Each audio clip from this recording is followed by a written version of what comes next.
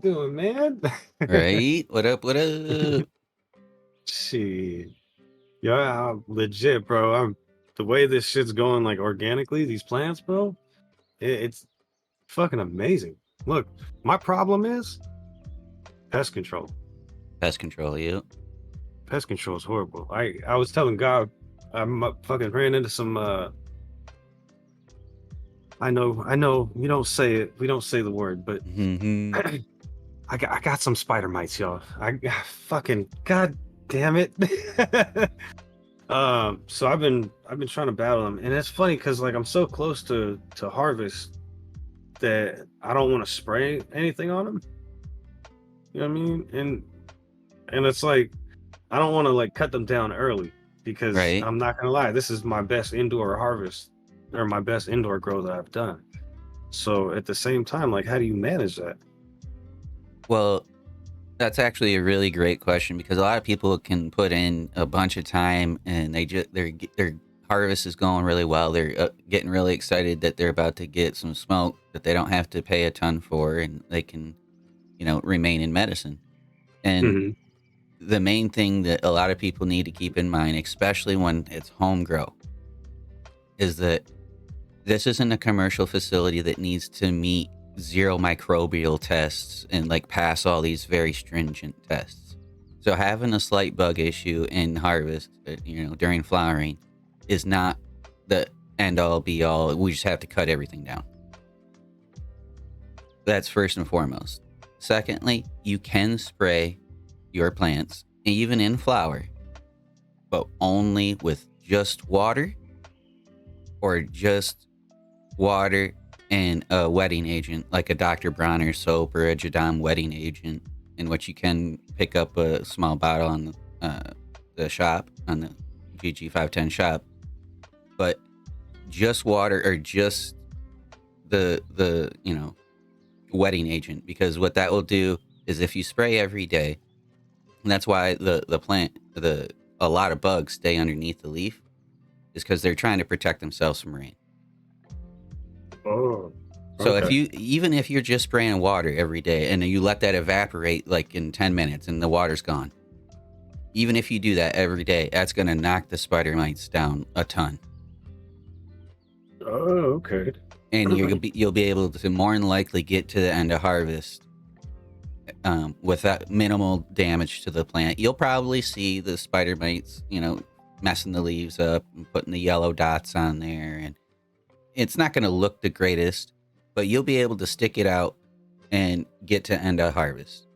And then when you do get to harvest, I'm a big proponent of a bud rinse.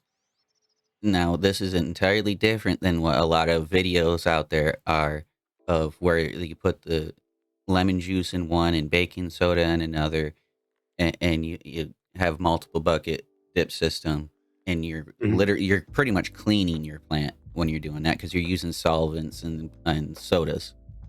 Yeah. So I don't like doing that. I like using just water, room temperature water, and I do use a couple of buckets. I won't lie on that. I do use a couple of buckets, but just room temperature water in each bucket, and you just dip the branch in a couple of times, cut off whatever leaves you're not going to keep, dip it in the second bucket, hang it. And Oh, okay. that will ensure that a good 80-90% of any spider mites that may have been left on your medicine will come off in the bucket, and you'll have pretty nice clean medicine to smoke on to get you through to your next harvest. So you can save it. Now if you're not watching your garden, and you don't look at it for 3 or 4 days, and like you go in there, there's webs everywhere, and it's like fucked. Like you might just be fucked. Better off But just cutting it down. yeah, Let's start over, guys. but you come in and you see one little branch has a little bit of webbing on it, and you start noticing the little yellow dots everywhere. That's not the time to cut it down. That's the time to give it a shot and try to save it, because that's a lot of time, effort, money, energy that went into this plant. You got at least 2 months in flower to where you're paying electric bill.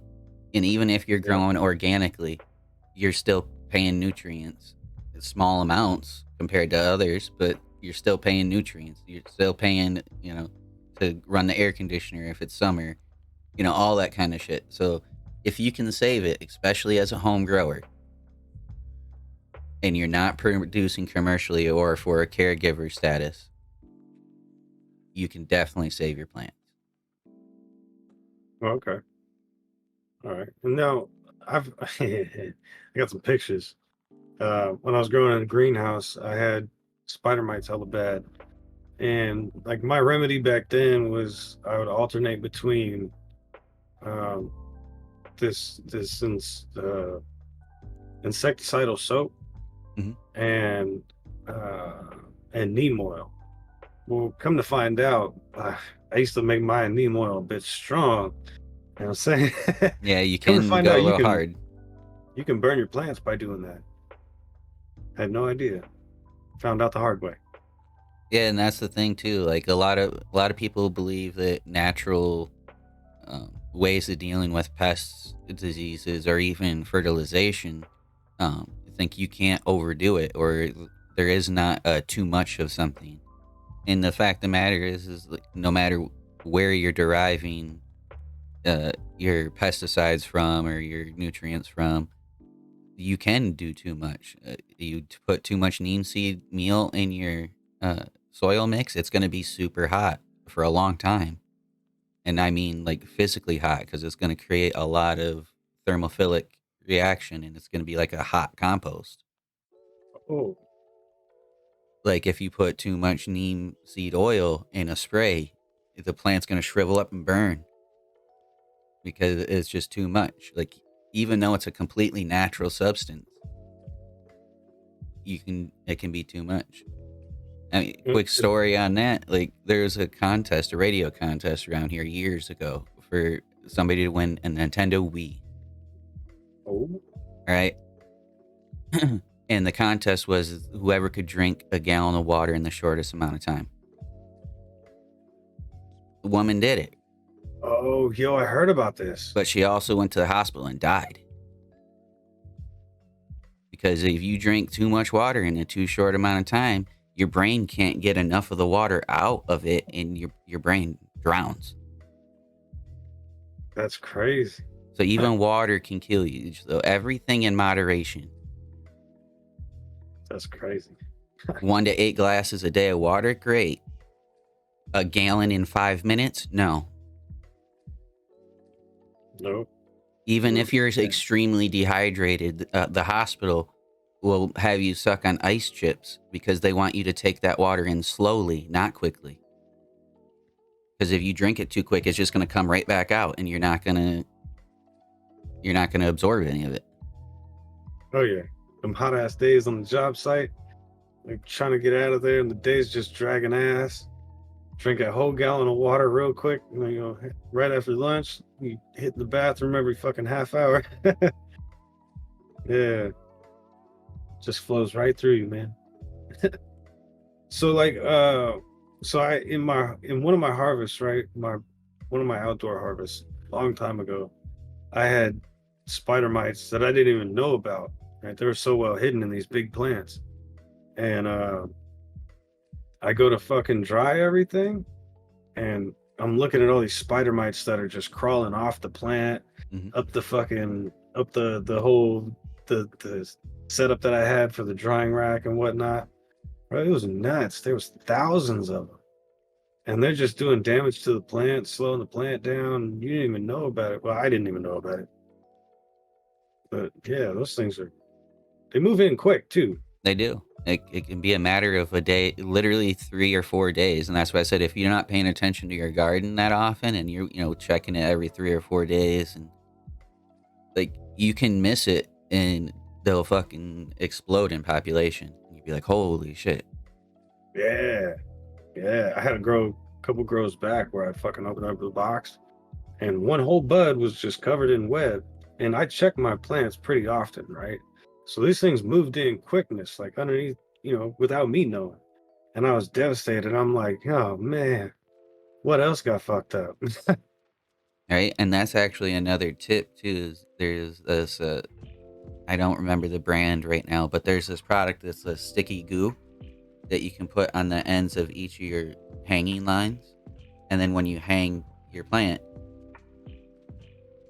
all the bugs Oh, crawl up the plant and they try to crawl along the line looking for more plants and more live plants, and mm, they get stuck on that sticky goo. that's crazy.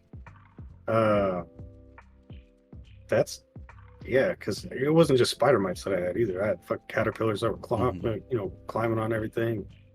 Outdoor growing in Cali is it's got its ups and downs, and one of the downs is fucking bugs and pests.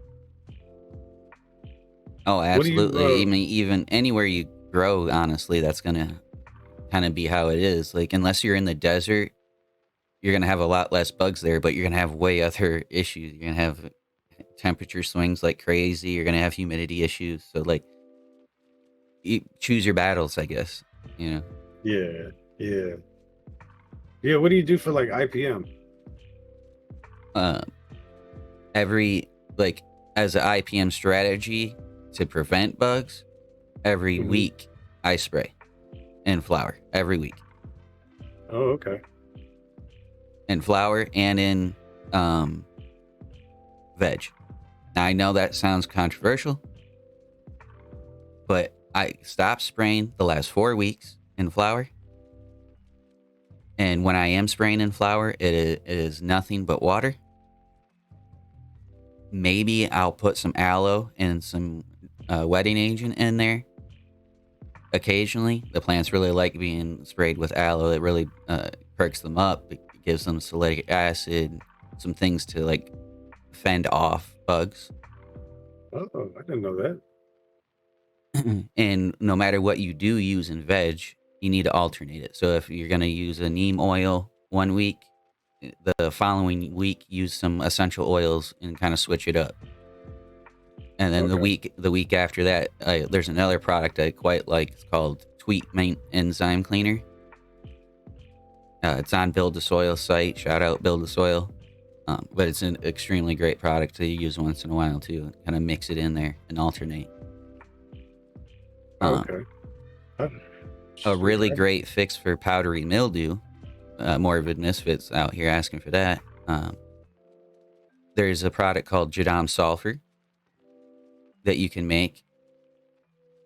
It doesn't cost a ton. You get a ton of it, and it's a really great anti-fungicide, antibacterial agent, and you can mix that in. Uh, I think it's about 5 milliliters per gallon, along with your Jadam wetting agent or any wetting agent of your choice, and that will really knock down the powdery mildew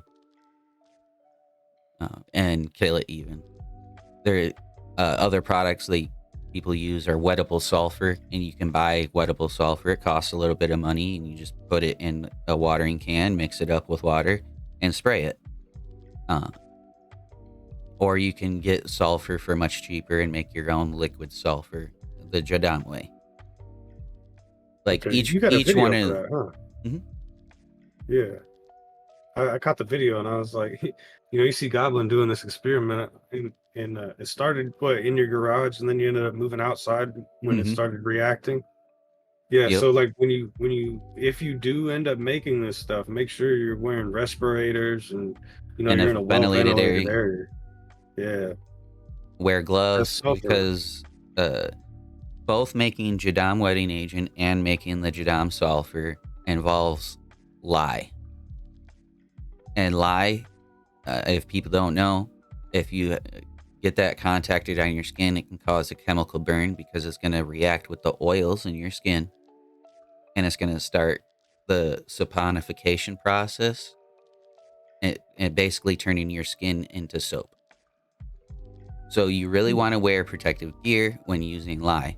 Now, I don't want to scare people too much because every single one of your bars of soap, your liquid hand soaps, everything has lye in it.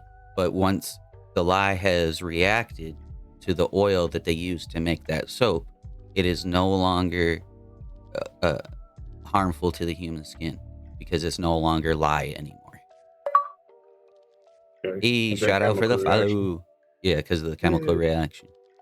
So Okay. definitely use, chemical resistant gloves while making any of your homemade solutions, as well as long sleeves, pants are a great idea. General PPE, safety glasses if you don't wear glasses. Now, I know you said you spray your plants. What's a optimal time to spray your plants? I don't do any foliar sprays or anything like that. I always feel like if I'm gonna spray the plants, I've had trouble in the past where I've sprayed the plants and they've been burned pretty bad. Right. Well, I So yeah, I spray my plants nearly any time I want to. Now, if you're trying to spray it for foliar feeding, you want to spray that towards the end of the night. That's when their stomatas are opening up the furthest and they're going to accept the most foliar feed. Or right before the lights turn on, an hour before the lights turn on, spray for the foliar feed because that's when they're relaxing. Their stomatas are the most open to accept the nutrients. Now, during the day, you can spray nearly any time during the day as long as you follow a few principles. You have to use a wetting agent, and you have to make sure that droplets aren't forming on your plant. And that the reason okay. why we have to use a wetting agent is to ensure that those droplets aren't forming. Because when you use a wetting agent, the moisture covers the entire leaf surface and doesn't bead up, creating a magnifying glass that burns the plant. That's what typically burns a plant when you spray during the day. Granted, if you add other things in it like neem oil or other things that could potentially burn your plant, that could be a factor as well.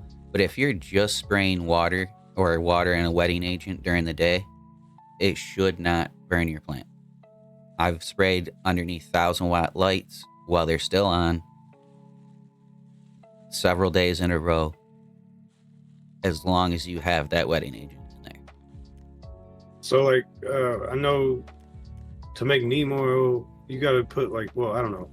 The way that I used to make neem oil was I do water and then however many parts neem oil, and then I put a couple drops of like the Dawn soap in there, and that would be how I made it, right? But would that Dawn act as the wetting? No, that wouldn't. That would just bind No, it's the pretty neem much to a the wetting water, right? agent. That's pretty much also a wetting agent. That just happens to be, I'm not going to say a synthetic one, but a more commercialized version, because Dawn's actually pretty safe for the environment. That's why they, show it with cleaning the ducts up from the oil spills and whatnot. Like, it's pretty good soap. But a Jadam wetting agent, or even Aloe technically itself, is a wetting agent. Oh, Like, I like using a little more natural things. Not that Dawn's that bad. no, yeah. So they say that aloe is like the magical plant, right? And there's many different things you can do with it. And I know you had talked about like sometimes you'll do a foliar spray with your neat or with your aloe spray, right? Oh, What are absolutely. what are some uh what are some things that the aloe does for the plant? It contains enzymes that help feed the plant. Then it also has salicylic acid and salicylic acid.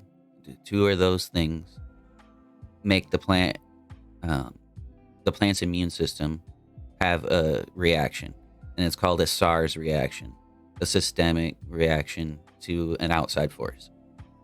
And basically, it tells the plant, "Hey, be on guard. There might be shit around here that wants to harm you." So the plant itself starts creating different hormones and things to help protect itself from bugs and drought and light stresses.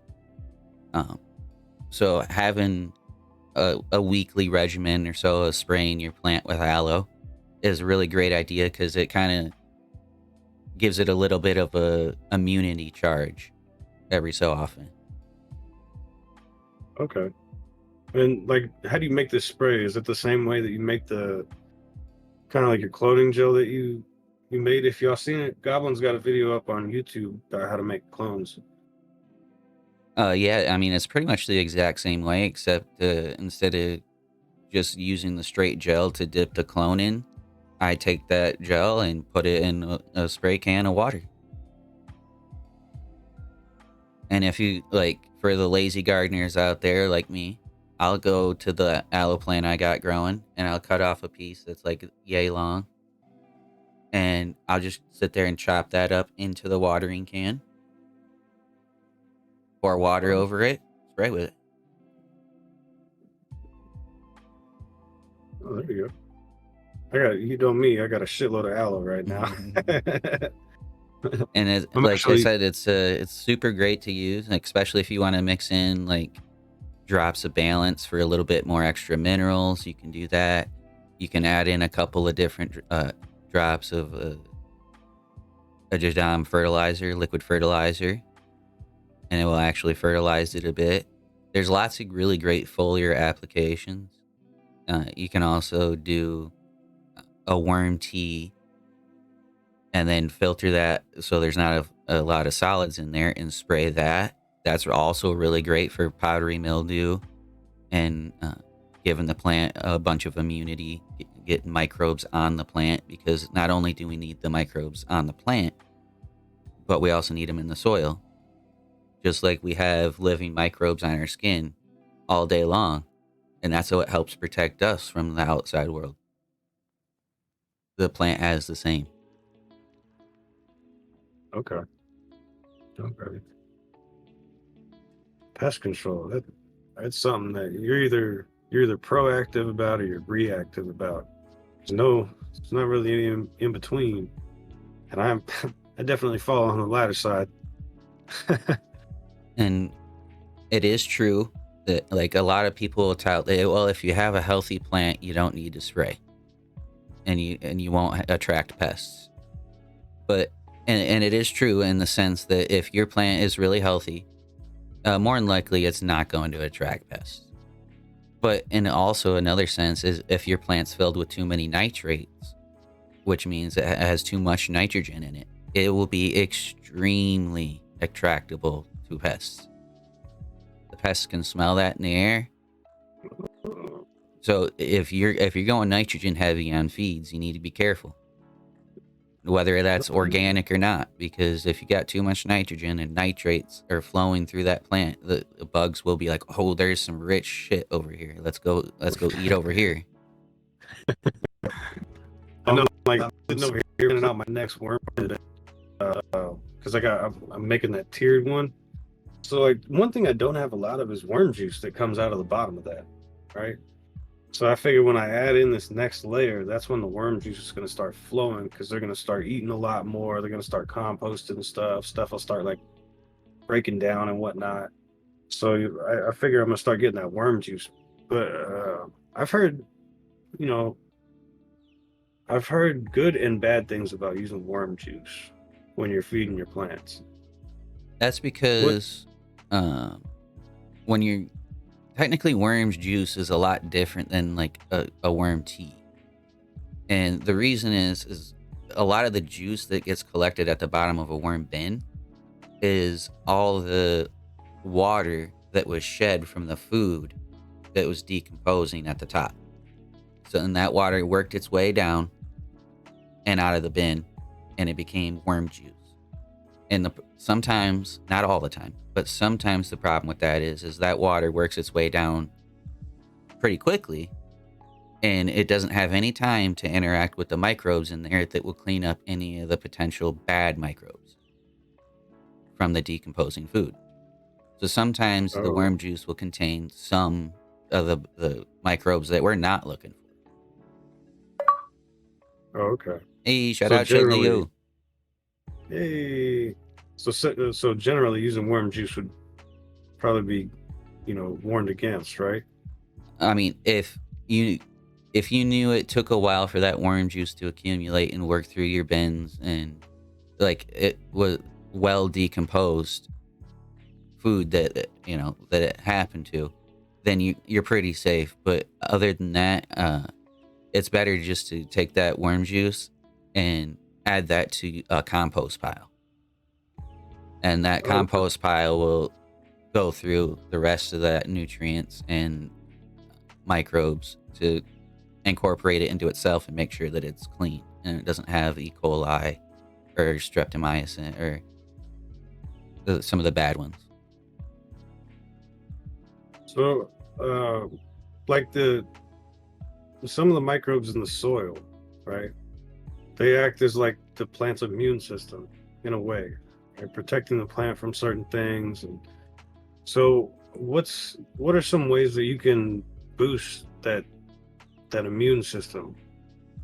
I know you can brew your own compost teas. That's That's a great option. that's a pretty easy way to do it too. But are there any more? Is there any other way that you can boost your soil's immune system? Well, one great way that a lot of people have caught on to in the past couple of years is a product called Recharge. Recharge is a super great product that has a lot of different microbes in it, has some humic acids, a little bit of nutrients, but not much. Not much at all. And you can use that as a quick boost of the microbes in your soil. To me, that's the quick, easy answer. But the one better answer would be to make a compost tea, because the compost that you would get from your local area is going to have a shout out for the follow shaky is going to have microbes from your local area. So those microbes are going to be able to live longer and like thrive a little better because they're already technically from your environment. Okay. And not only when you make a compost tea, you're expanding microbes that are from your current environment that will probably last a bit longer, but you're also, if you are adding any dry amendments into that compost tea, you're making a nutritive compost tea.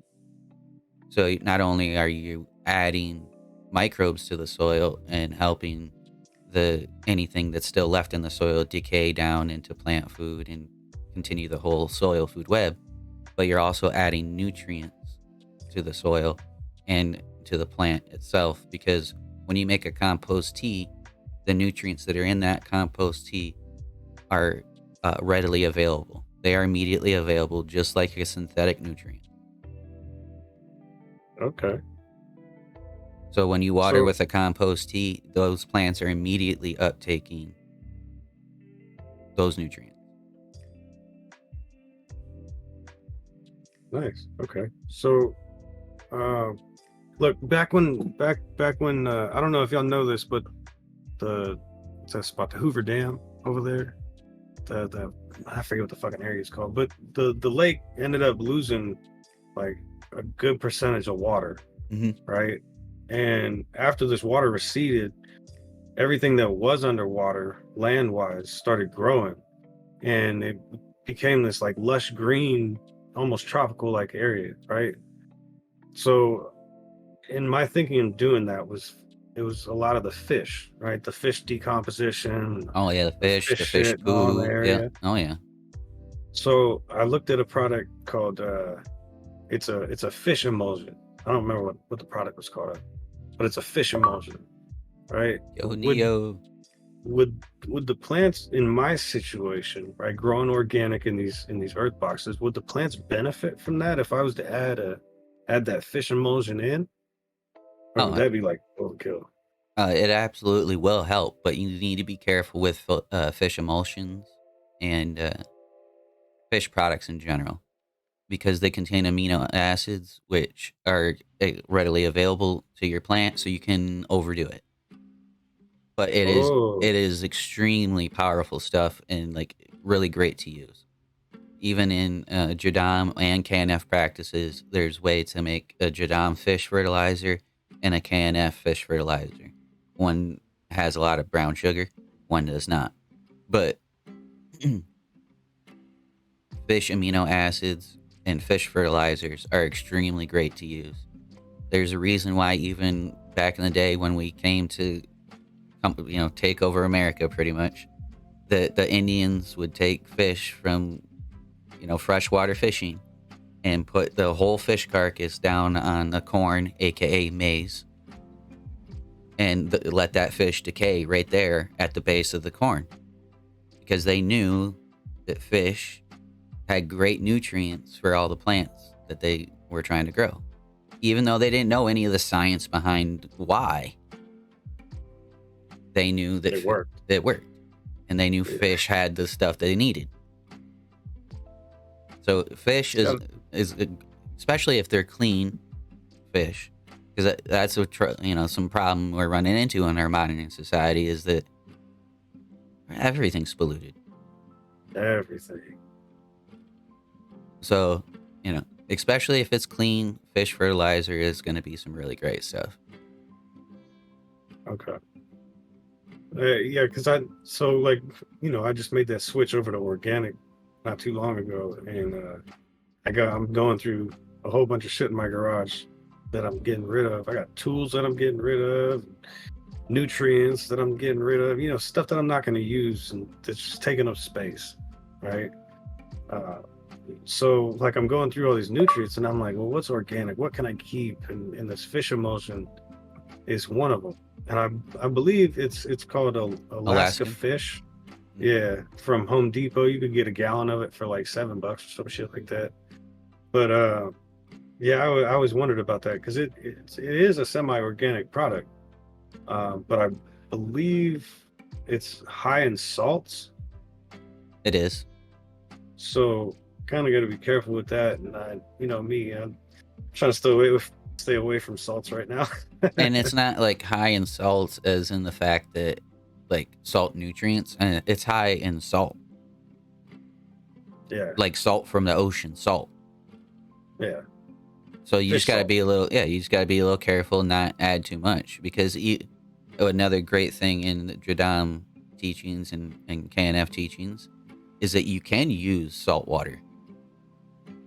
Like there is a reason why in ancient Egypt the people prayed to the gods that the Nile would flood once a year so that their crops would get all these nutrients. Because there's tons of minerals out in the ocean. Every single mineral you could ever think of is out in the ocean. Yeah. It's just you only want it to flood that one time. And then you want fresh water the rest of the time. So you get those minerals. It's all in moderation. So as long as you use a little bit of that fish emulsion that has the salt in it, you're good. Okay. I'm gonna have to. I might look into that just so that it's not sitting there. I got a thing about like throwing out shit. Not like throwing out shit, but like wasting shit. And a lot of these nutrients, like I can't use them out in the outdoor garden. A lot of them don't pertain to cannabis plants, and a lot of them just been sitting there for like 4 years, 5 years, something like that. So it's time to get rid of them. But I always wondered about that fish emulsion because it's got that OMRI stamp on it. Oh yeah, it's decent stuff. Definitely use it here and there. Use it 1 week when you water. Don't use it the following week. Use it 1 week. Kind of alternate. You'll be good. Yeah, I might try that with the next grow. With the next ones that I throw in those earth boxes. See what happens with that. Shoot. Yeah, D-Jolly, like kind of. They didn't know the entire science behind it, but they, like I said, they knew that the fish, when it decomposed down, it fed the plants. They didn't have microscopes and were able to watch the interaction between microbes and know everything about it. But they knew, hey, this worked. Yeah, and then the recharge. I've never used that recharge. I might have to get a little bit of that recharge for re-amend the soil a little bit, add some stuff in. And that's the thing about recharge and other microbe products that I want to put out right now. If you're just starting out on the organic side of things, it would be definitely beneficial to use. But as you build a soil over 5-10 years, if your soil's still good, you don't need those products because the microbes are still living and cycling and creating new ones of itself, and you have an entire ecosystem going. But if you let the water, let the medium dry out too much, or bad things happen to the soil that kind of impact the population of the microbes, those are great products to use.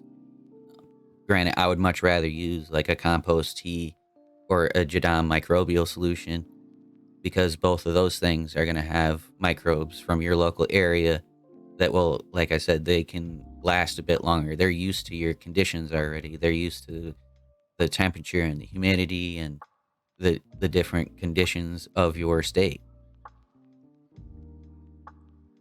Yeah. Yeah. So I'm gonna might have to look into that because just as a new organic grower, trying to boost that immune system and try to boost all the microbes in the soil. That's something that I'm really starting to learn about, is the microbes in the soil, and how you're not feeding the soil and you're not feeding the plant, you're more feeding the microbes, and the microbes are feeding the plant, Mhm. kind of thing. So Not I'm only are still the trying to get a microbes hold of that. feeding the plant, it's a really interesting system called the rhizophase cycle, and the microbes actually enter into the root hair of the plant, go in through the entire plant. The plant pulls the nutrients out of the microbe, and then the microbe goes back out of the root hair and goes search for more. So, like That's when crazy. synthetic growers go, I don't use microbes. That's a lie. Your nutrients wouldn't even work if they're not microbes helping you. The microbes are just using it in another way. And if you were to dive in fully to the natural part, you'd be doing way less work. Because the microbe guys that like even the synthetic guys know that if I want a balling crop, I need to add microbes. Even the synthetic guys know this. They'll add tribus, or they'll even use recharge. Or there's several different microbes that are specific for micro products specific for just hydro. But even the guys that grow synthetic know if I want baller ass product, I need to use microbes. Okay. So all the natural Oh, farming is doing is taking that to the extreme and saying, I don't want to use any of your synthetics to take any shortcuts. I want to do it the all natural way to where it can sustain itself. And if I were to remove myself from the situation, it would continue to grow all on its own. so what are some ways that you could think as a new grower? What are some ways, or a new grower, a new organic user? What are some ways that I can build my soil up? The best way is constantly adding organic matter to the top of your soil. So when people are Oh, talking about top dress, this is exactly what we're talking about. When you're adding different dry amendments, worm castings, compost, and you keep putting that on top every week or every couple of weeks, you're building organic soil matter. Or, in more accurate terms, soil organic matter, or SOM. And as you continue to do that, you are feeding the microbes and you are feeding the soil. So that's why it's important to have a routine of top dressing, because you're not trying to feed the plant, you're trying to feed the microbes.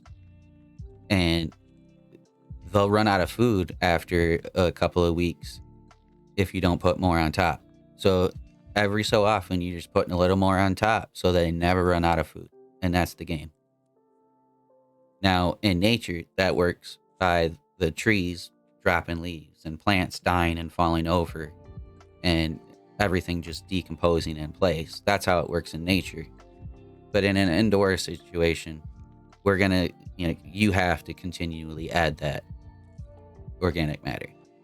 And that's why it's super great to make your own fertilizers out of the leaves of your plants. And because you're keeping those nutrients in the system. That's a little JLF. You're keeping that nutrients in the system. It came out of the soil and it went right back into the soil. So it's just this circle, kind of emulating nature. Granted, we're managing the resources a little more strictly than how nature would, but we're using nature instead of working against it. When making Kind of. JLS, should I brew in the environment I plan to use it? Absolutely. Whenever you're making a JLF or a JMS or even a compost tea, it is a great idea to brew that in the environment and you intend to use it. So for you, B, that'd be right outside your grow chamber there. Brew it right there. For me, I'd be Got a right little inside spot. the room. Yep. And that way it's brewed in the temperature that the environment is in. A lot of what brewing microbes entails is having specific foods, whether that be fungal or bacterial foods, and temperature. You'll grow different microbes in different concentrations at different temperature spectrums. So So, that's why we're always like room temperature, whatever the plant's experiencing, that's what we want your microbes to experience when you're brewing them. okay. So I know, like making a simple compost tea. I just added, you know, worm castings, right? And I just brewed a simple tea out of that. But you can make, teas with a whole bunch of different stuff, right? Chicken manure, Mm. steer manure, a combination of all of those. You can add in nutrients and all sorts of stuff. What are some beneficial things to add into your when you're brewing a tea? Um, the the first and best materials to use are really great regular thermophilic compost, like that you can buy from a compost making facility or you made yourself in a compost pile out back. Worm castings. Those two are the top contenders. After that would be chicken manure. Because chicken manure Uh, has high nitrogen, has a lot of different microbes, and has some chitinase in it. Kind of like the worm castings should have some chitinase in it, which helps protect against bugs, basically. Um, and then pretty much any mineral supplement you can get in there is going to help a lot, whether that be like a drops of balance or even a pinch of organic sea salt. And when I mean a pinch, I mean literally a pinch. We'll add a little bit of minerals to it. And then what a lot of people don't add to a compost tea, and they probably should, is a good rock dust. Azomite's oh, okay. Basalt is a little more preferred. Um, Also, if you do have some granulated humic acids, those are also pretty good to add to a compost tea. Now you're gonna want to add a teaspoon, not a tablespoon, a teaspoon, because the small, not the big. humic acids are powerful, and you can overdo it on the humic acids. But if you have good compost and good worm castings, there should be humic acid in those, so you shouldn't have to add humic acids. Okay. Um, when it comes to other manures like steer manure, cow manure, horse manures, all these different manures, um, it's super. It's not only a good idea, but to follow the actual organic OMRI practices, you have to allow those to decompose for at least a year before you use them. Ooh, so I should start brewing now. No, like the shit from what the cows and the horses, whatnot, that has to be composted, just like you compost in your backyard. It has to be composted for a year Oh shit, for a year? before it even leaves the composting facility and is able to be used. Oh shit. So they're great amendments and they're great things, but you need to they need to be broken down first before they're used. A year. And that's Holy shit. the standard time that Omri denounces for a lot of things. Some of it's actually 2 years. But Oh damn.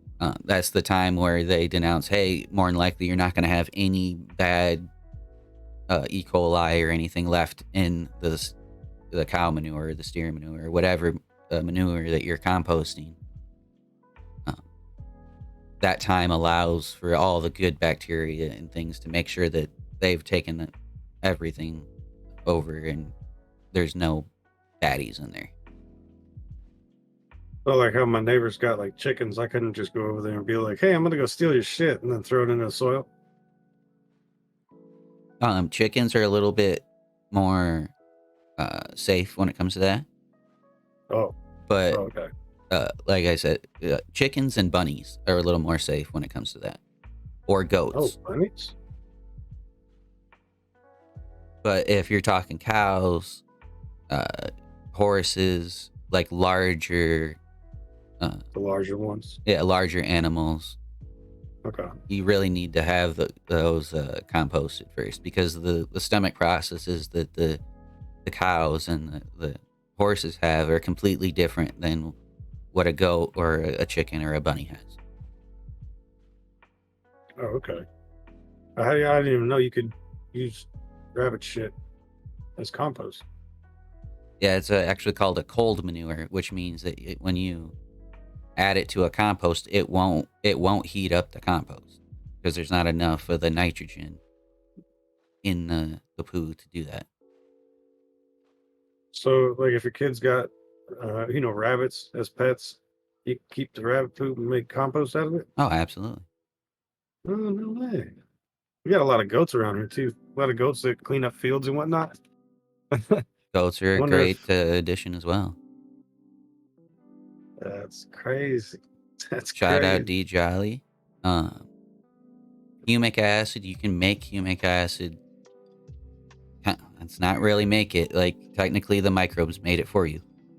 But you can make it by extracting it from good compost, by putting the compost in like a compost tea bag or a pillowcase and running some water through it and trying to run the least amount of water through it you can while still getting some to come out of the bottom. And you'll have some highly concentrated humic acid in that liquid. Whoa. But you can do the same thing by top dressing with the compost and the worm castings, and it will add the humic acid. And a huge part of the natural farming tendency is I don't want to do a lot. I want to use nature to work for me. I want to put nature to work for me. It is my employee.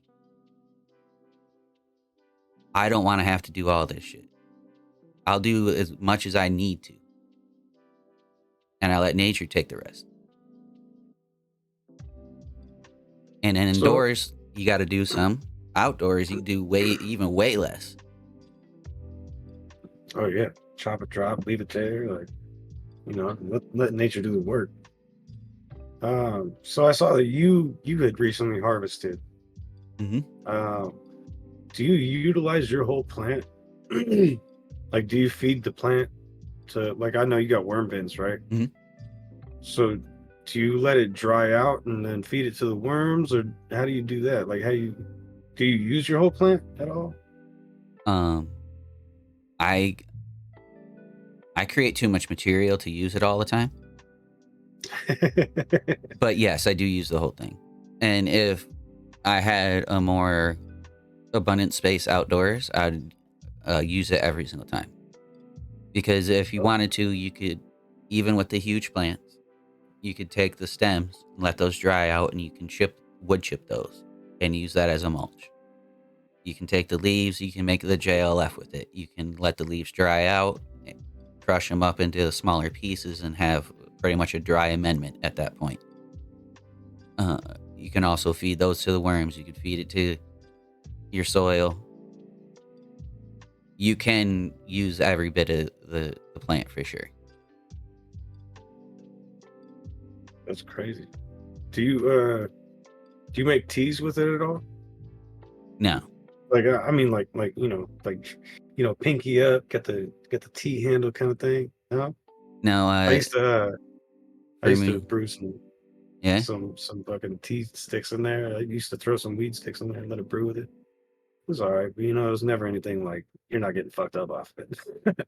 No, like I have tried it, but the the little hairs that are on cannabis material that aren't trichomes are actually irritations for the throat. So if you're to Oh, make a tea out of the dried leaves of a cannabis plant, and there's like a gram of the leaves in a tea bag, and you were to mhm. make a tea out of that, more than likely you would have an irritated throat after you drink it because all the cilia, the little hairs in there, would be tickling your throat all the time. And the reason cannabis makes that is because it's trying to defend itself from animals coming up and eating it. Nature.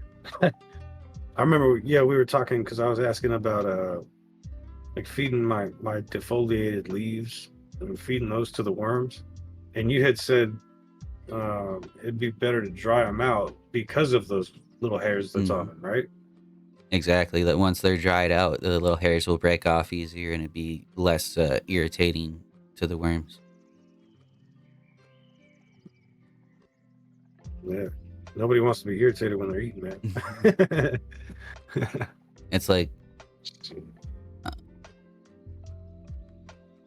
eating like poison ivy or something, or poison oak. Oh, Like it's just irritation. uh, man, I'm fucking allergic as shit to poison oak. Shit gets everywhere, and I can't stop itching. And then next thing you know, I'm covered in fucking poison oak. Unfortunately, but not Lotus. You can make tea out of cannabis products, but it has to be out of an extract so that there is no more of those hairs. Like they make tea so you're bags like, that have little bubble hash nodules in them that has like chamomile tea in it also. So it's like you're not getting cannabis tea per se. You're getting a chamomile tea with some bubble hash in it. that sounds tasty. So you can get a tea out of cannabis products, just not out of fresh cannabis products or dried leaves. It's just not going to be great. Hell yeah, dude. Shit, I gotta get up out of here and get these little crumb snatchers from Mrs. B. She's going to work a little bit early today, so she can get off a little bit early. Hmm. Oh, that's also Hell yeah, nice though. bro. Less time at work. Let's go. Yeah, right, right. Most of the time, the kids will be napping during that time. So, kicking my Hmm. feet up. Not really, bro. I got so much work I gotta do around here. It's not even funny. Shit. I I feel that. appreciate you for hopping in this chat with me, bro, and learning some more shit, or me learning some more shit. Hmm. Hey, But I always appreciate these talks, B. hell yeah, we gotta link up and get an electrical talk going. We gotta figure out a time we can hop in that. Yeah, Keep y'all safe electrically in the garden, man. 100%. Hell yeah, I appreciate y'all for joining us too. But it's time for me to get up out of here. Hell yeah, I'll B. catch y'all on a later date. You have a Have a great dope one, day, man. everybody.